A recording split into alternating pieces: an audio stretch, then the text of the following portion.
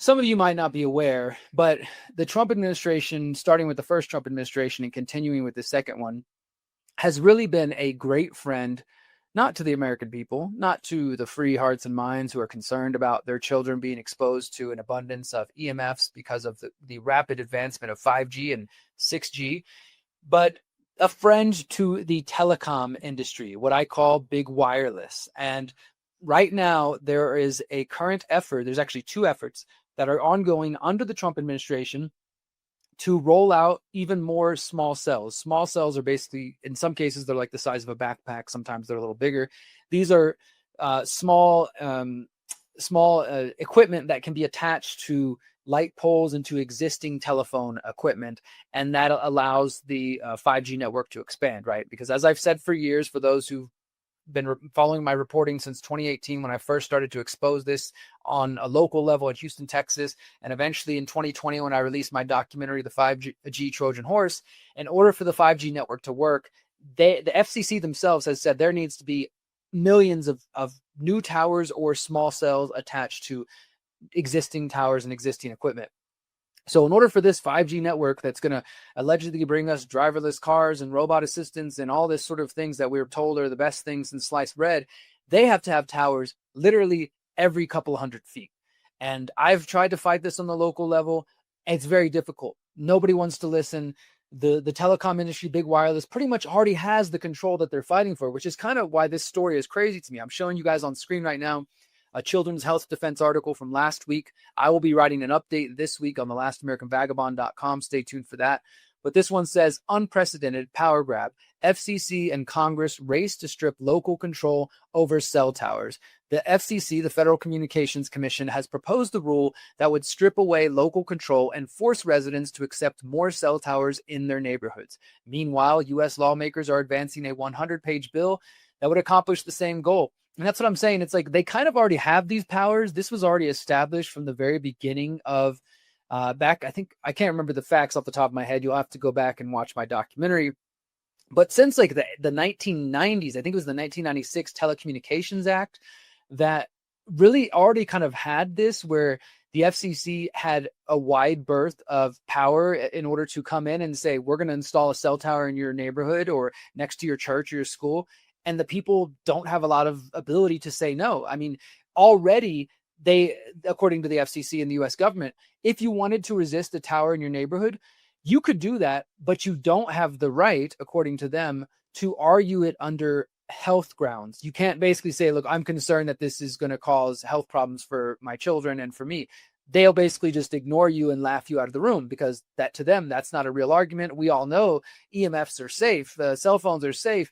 5G is safe, right? There's no reason to even question that. Only crazy people do that. But you could say, you could argue that it's a eyesore, that you don't like its location because it's going to, cause property values to go down. There's other reasons you can try to argue against the cell towers, but for decades, it's been essentially, already ruled out that you can try to argue health concerns. And that's a big problem at the beginning.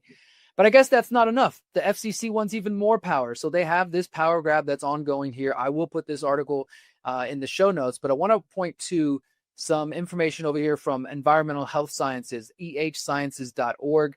The bill that was just discussed, it's HR 2289. And just this last week, it was already essentially voted out of committee. And now, of course, it has to go through the Congress, the Senate, and the House before it will potentially become law.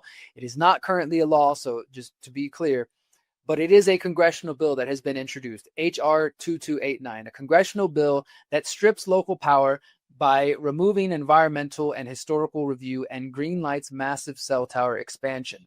A new bill introduced in the Congress would dramatically reduce the ability of cities and counties to properly oversee wireless telecommunications, while granting sweeping advantages to the industry. The bill rewrites federal law to override and basically steamroll local authority by limiting fees, tightening shot clocks, and removing reviews under the National Environmental Policy Act and the National Historic Preservation Act for modifying cell towers and wireless sites. And I will put this in the show notes because this is important information. And EH Sciences themselves was kind enough to put together this fact sheet. So this gives you pretty much everything you need to know. It's 2 pages long here. One is about the HR 2289, and then how you can kind of resist it, or how some people are already resisting it, or trying to at least. This gives you the details here. So we'll just go over this. Here's what the bill would do if it was passed. It would and it would involve sweeping preemption of local control. The bill would force local governments to approve most wireless and telecom applications and allow the FCC to invalidate local rules. It authorizes antennas on nearly any structure, including homes, schools, and utility poles. 2, it would roll back environmental, historic, and tribal reviews. It would exempt many facilities from review under the National Environmental Policy Act and the National Historic Preservation Act. It would give extremely short deadlines and basically make local review, because in the current situation, as I said, local governments don't really have a lot of power, but they do have to still give it a review. I would argue that it's already kind of a rubber stamp, but this bill would make it even more so. The bill would impose extremely short deadlines, what are called shot clocks, for processing cell tower and wireless facility applications, and automatically approves, quote, deems granted applications if a city or county misses them. So they basically say, look, we're going to give you a really short deadline. You don't have a lot of leeway about how you could argue against this anyways, but if you don't comply within that deadline, we're going to do it anyways. That means building, electrical encroachment, environmental, and zoning reviews all must be completed within this same short window. Local governments cannot pause or slow applications even during high volume periods. So let's say that some telecom company, let's say AT&T, just as an example, and there's of course many others, but just to give an example, that AT&T, they wanted to do a new application for a dozen towers in Houston, Texas, where I'm from, and they just put in 12 dozen applications at once. And of course, the local government's already dealing with all kinds of other stuff. They would have, under this new bill, these really already small windows, to essentially just to say yes, because like I said, they don't really have a lot of room to argue no in the first place. But even under current circumstances, they still have some grounds to try to fight and resist. But if this passed, they can put in a dozen applications or more. And even if it's a high volume period, if you don't comply within the certain shot clock period, the review period, it's going to get approved anyways. I mean, I don't understand how anybody could think that's fair or democracy or constitutional republic or anything like that.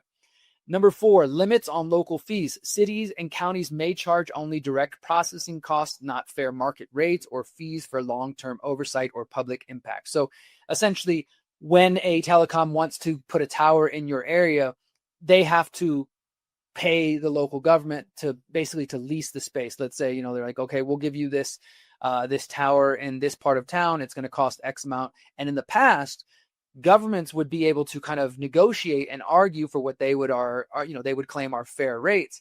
But this bill would limit that even further. Number 5, expanded preemption on RF radiation health. The bill bars localities from considering the environmental or health impacts of cell tower radio frequency radiation as long as the facility meets the FCC's exposure limits. Now, a couple of things on that. As I've said a few times here now, I think that's already done. I could be wrong, and I would love to hear from the folks over at Environmental Health Sciences or anybody else out there to correct me if I'm wrong. I don't think I'm wrong, but I'm pretty sure it's already a very tiny window of ability to argue anything related to health, because I've fought towers in Houston. I've worked with locals in Houston who are trying to resist towers, and the local tower commission that's part of the Houston government, they won't even hear any arguments